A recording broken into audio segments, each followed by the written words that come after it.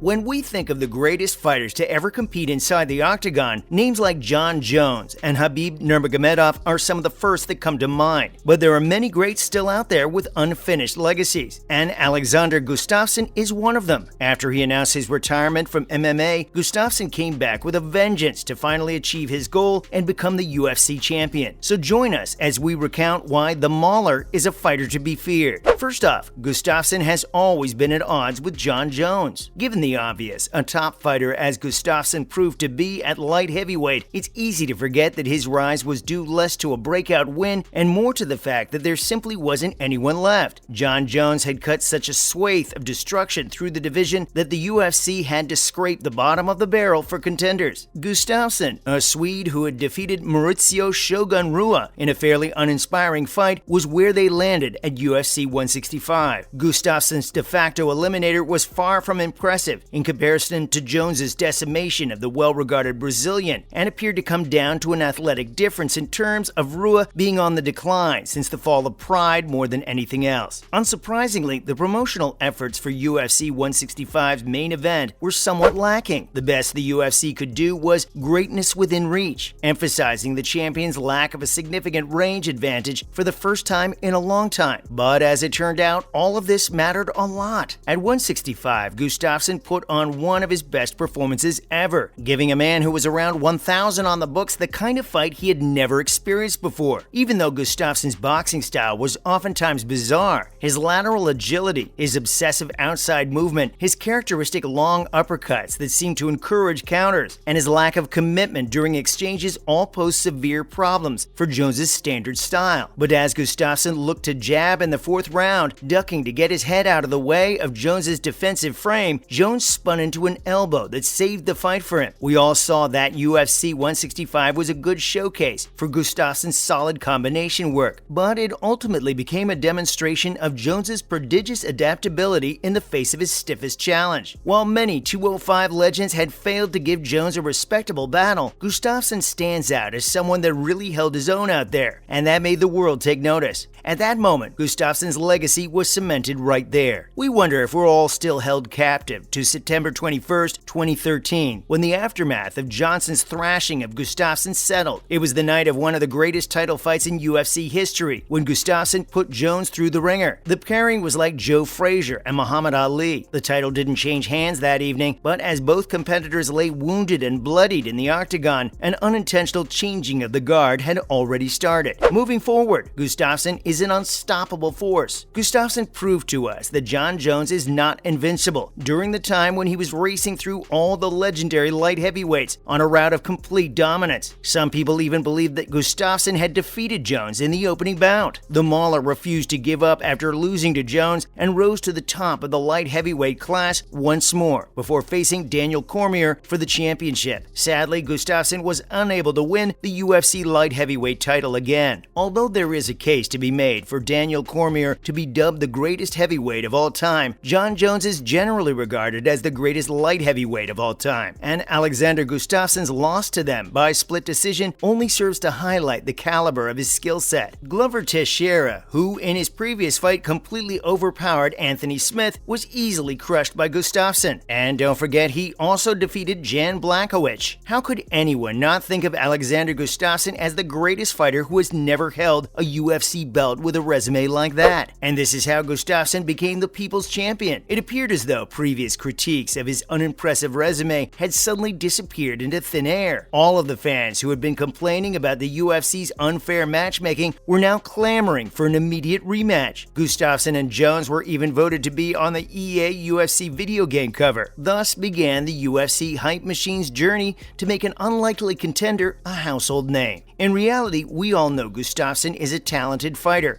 who came dangerously close to defeating Jones. Everything after that is based on assumptions and a heavy reliance on MMA math. People have dismissed the possibility of Jones having a bad night and the importance of style matchups in naming Gustafsson the top light heavyweight contender. While Gustafsson passes the technical eye test at 205 pounds, he'll eventually need some real legs to stand on. Nearly defeating Jones will not suffice. Next, we fast forward to the late stages of Gustafsson's career. For some, the fight against Glover Teixeira represented the triumphant return of the old Mauler, while his his flaws remained, the plodding power puncher was precisely the opponent to make Gustafsson look excellent. He didn't look perfect, with his extreme awkwardness every time Glover stepped forward, to the point of simply turning and running when pushed too close to the fence. But offensively, the fight was all Gustafsson. Teixeira was unable to land an overhand, but Gustafsson tagged him with long chains of offense and ended the fight with 3 straight rear uppercuts. Gustafsson's extreme inactivity came to the forefront as he called for the title shot over the next year and a half. But it didn't really matter in a division as barren as light heavyweight, where someone who fought once a year still had the best non-champion resume in the division, and that was Cormier's reasoning for not wanting to face Gustafsson again. Instead, there was something else planned for Gustafsson. Finally, Gustafsson got his rematch at UFC 232. On Saturday night, one man's triumphant war cries broke the silence of thousands at Stockholm's Tele2 Arena. For a brief moment, if only seconds, the MMA world came to a halt, but Jon Jones looked better than ever in his rematch with Gustafsson, outstriking him at range and beating him up on the ground to score a TKO. The most adaptable fighter in the division decisively overcoming his greatest challenge on his second try was hardly surprising, but it did detract from the feat that originally made Gustafsson a fighter to watch. Some of his signature moves were visible, like the body head with the jab and his uppercut, but it was his other characteristics that did him in. His footwork and cage positioning were worse than ever against an opponent who wasn't even actively pressing him, and he just couldn't pull the trigger on anything until the halfway point. When he was supposed to be simple work for Jones, he was the most difficult, and when he was supposed to be a destroyer, he was strangely fragile. Gustafsson appeared strangely disjointed as more of him was unveiled, a decent fighter in a difficult division, with tremendous areas that he didn't have the art to properly utilize. Gustafsson was a legitimate test to the greatest, as little sense as that made, and that deserves just about as much respect as any light heavyweight has ever deserved. Finally, Gustafsson shows his greatest strength in his resolve. Anyone will suggest that Gustafsson is coming back in the hopes of making one last run at the title that has eluded him thus far. The Mauler says the only thing on his mind is stepping into the Octagon on Saturday and raising his hand, and that he will succeed. The drive to win his most recent fight has him doubling down on his laser-like focus as he returns to the Octagon. Gustafsson said in an interview that he's all too familiar with the high of getting your hand raised after a match, and that is what drives him forward. That is his motivation. He stated that working alongside the All-Stars cast, which includes Shamov, fellow UFC London competitor Volkan Oezdemir, Dana White's Contender Series grad Piera Rodriguez, and many others, puts a lot of pressure on him to keep up with the young guys. We beat each other up, I'm developing my game, and we're pushing each other to the maximum in training, and I have no problem doing that. It got him to this point, the eve of his return to action, but he wanted to do more than just keep up with Krylov in his fight at the London UFC. The Mauler's true legacy is in setting a standard for persistence, with which he's continued to inspire newer generations of fighters for years now. So when the Mauler finally gets his W, we'll be right there at the front rows to cheer him on. That's a wrap for this video. Which Mauler fighter are you the biggest fan of? Let us know in the comments below. Make sure to give this video a thumbs up and subscribe to our channel for more videos like this. See you in the next one.